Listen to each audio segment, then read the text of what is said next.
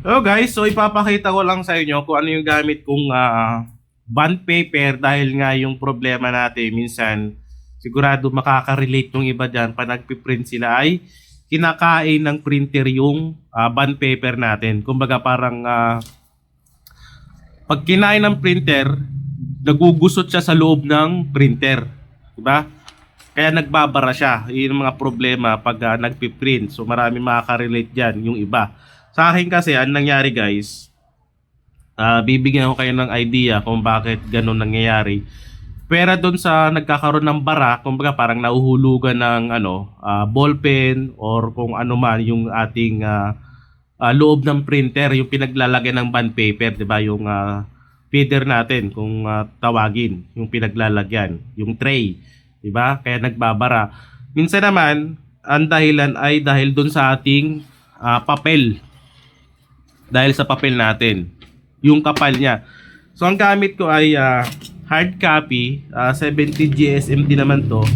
Same dito yan sa aking ginagamit na bond paper. So pares sila 70 GSM. Ang pinagkaiba lang niya yung texture niya. Pares naman sila maganda, pares sila maputi. Kumbaga yung parang yung gaspang lang niya. Ito kasi dito sa hard copy, na-experience ko lang to para sa akin lang. Experience ko lang to sa akin. Minsan kasi pag katagalan, yung stock natin, siyempre 'di ba? Lalo na pag malamig yung shop natin, ang nangyayari parang lumalambot siya. Lumalambot yung bond paper. 'Di ba pag moist, pag malamig lalo pag aircon yung shop natin, lumalambot. Kaya nangyayari, pag pinasok mo ito dun sa printer natin, pag nag-print tayo, ang lambot niya na pag kinain.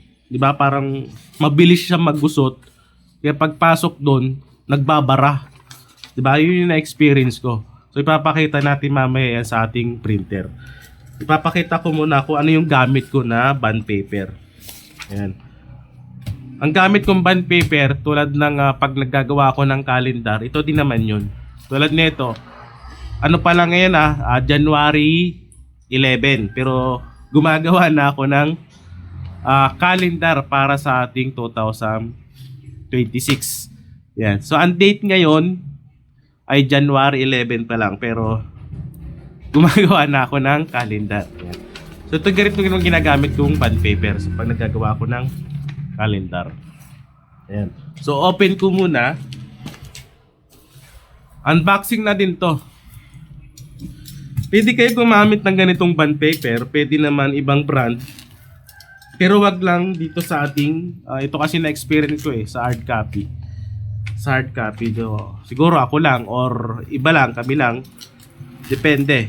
Para dagdag idea lang sa mga naguguluhan kung bakit minsan nagbabara. Kumbaga lang to, tips iwas bara sa ating printer. Pwede nyo i-try itong aking ginagamit. Lalagay ko na lang yung link ng pinagbibilihan ko dyan sa description or sa comment section. So tignan nyo na lang guys. So ito yung packaging niya, maganda naman. Secure siya. Meron siyang balot. Ayan, bubble wrap. So medyo maganda yung pagkaka balot niya.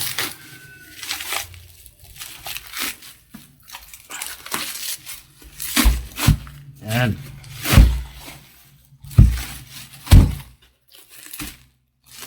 Okay. Manda, makapal yung ginamit nilang pambalot.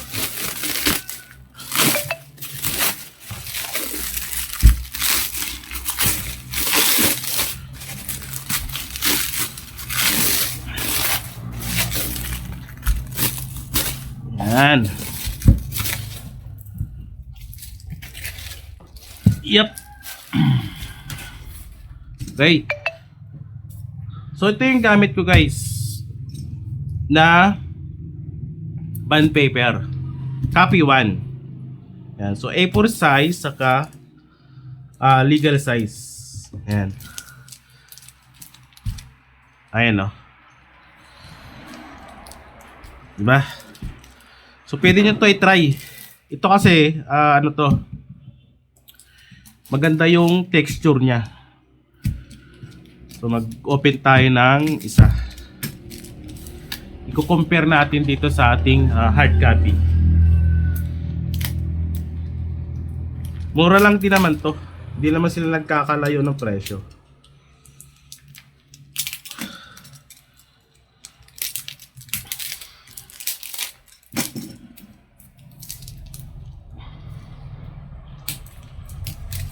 Ayan.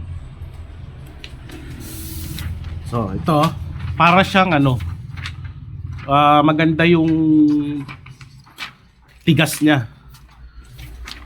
Kesa dito, parang medyo malambot. Ayan, no. So, may experience nyo na lang, try nyo na lang din kung nagkakaproblema kayo sa printer nyo, kung bakit nagtataka kayo, kung bakit nagbabara, or kinakain ng printer yung bond paper kahit wala naman nakabara. Di ba? Minsan sa bond paper din nagamit.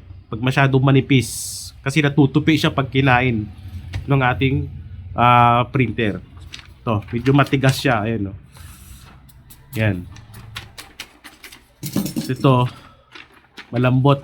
Kaya pag kinain, gugusot, gagawin, magkakrampul yan. Diba? Na kaya nagbabara sa printer natin. Pag na-experience yung ganon, try nyo magpalit ng bond paper. Huwag nyo kaagad ipacheck yung printer nyo. Malay nyo sa bond paper lang, diba? Ganito guys yung sample. Pag maglalagay ka ng papel, diba? Yan sa ating tray. Pag malambot yung ating papel, pag kinain yan, magugusot lang sa loob mismo ng printer yung ating papel kasi malambot, 'di ba? Pag maganda yung ating bond paper, kahit 70 GSM sila pareho, pag yung texture niya ay matigas, pag ni-print mo siya, so mag-sample tayo. Ayan, so pag nag-print tayo, pag kinain siya ng ng printer natin at dire-diretso, yun ay maganda na papel. Pero pag kinain siya ng printer natin at malambot yung papel, magugusot-gusot lang yun dun sa loob ng printer. Yan. Sa mga nakaka-experience nito guys, huwag nyo kaagad paayos yung printer nyo. Kung wala namang bara at pag kinain ng printer nyo yung papel ay nagugusot, try nyo magpalit muna ng papel. Baka sa papel lang yung problema. Okay? So, tips lang, simple tips lang sa ating printer. Sigurado meron may experience niyan. Hindi lang din naman ako. Si-share ko lang yung experience ko na wag kagad basta-basta ipapaayos yung printer pag may kinain na papel. Malay mo, wala naman nakabara, 'di ba? Or sa papel lang yung problema. So pag pina-check nyo at nagpalit na kayo ng maraming papel at nagbabara pa rin, yun na ipa-check yung printer nyo. Kasi baka sakaling meron na nakabara talaga dun sa loob ng printer nyo. Okay? So, simple tips lang sa ating mga ka-printing. Saan nga ba makakuha yung ating template para sa mga nag-uumpisa pa lang sa may mga printing shop dyan? At sa mga individual na gusto at kailangan ng mga template, pwede kayo bumili dito sa ating website, sa ating Digibili.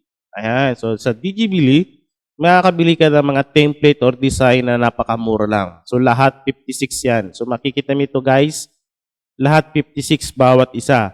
Okay, so tulad dito sa ating cover na intermediate pad, so 56 pesos lang yan. Ayan, no? So gagawin mo dyan, pag bibili ka, add to bag mo lang. Ayan, no? So click mo lang, add to bag. So check out. Ayan, so check out mo lang siya. So makikita mo yung ating payment option. So andito yan. So ang gagawin mo dyan, yung 56 na yan, kung meron tayong promo tulad ngayon, meron tayong promo ngayon. So, ang ilalagay mo dyan ay Digibili discount. Kasi yan yung promo natin, pero hanggang July 15 lang yan. So, Digibili discount. So, yung 56 natin guys na normal price.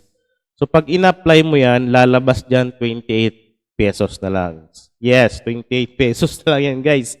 Dahil lang 50% off tayo. So, lagi tayo may discount dyan. So, pag kailangan mo ng template or design, punta ka lang sa website natin. Okay? So, gagawin mo dyan sa kontakin yung email. Ilagay mo lang yung email mo. full name, yung country, yung phone number, tapos yung reference number. Ibig sabihin, magbabayad ka muna tapos ilalagay mo dito yung reference number mo. Okay? Yung transaction reference number. So, pag nakapagbayad ka na, mag-fill up ka, select mo lang yan, continue. Okay? So, proceed mo lang yan. So, hintayin mo nila yung files niyan sa email mo. So, automatic yung masisend sa email mo, guys. Okay? So, ganun lang kadali bumili ito sa ating website. Ayan. So, search mo lang or click mo lang yung link dyan sa description, yung website natin na Digibili. Ayan. So, pwede kang bumili ng mga digital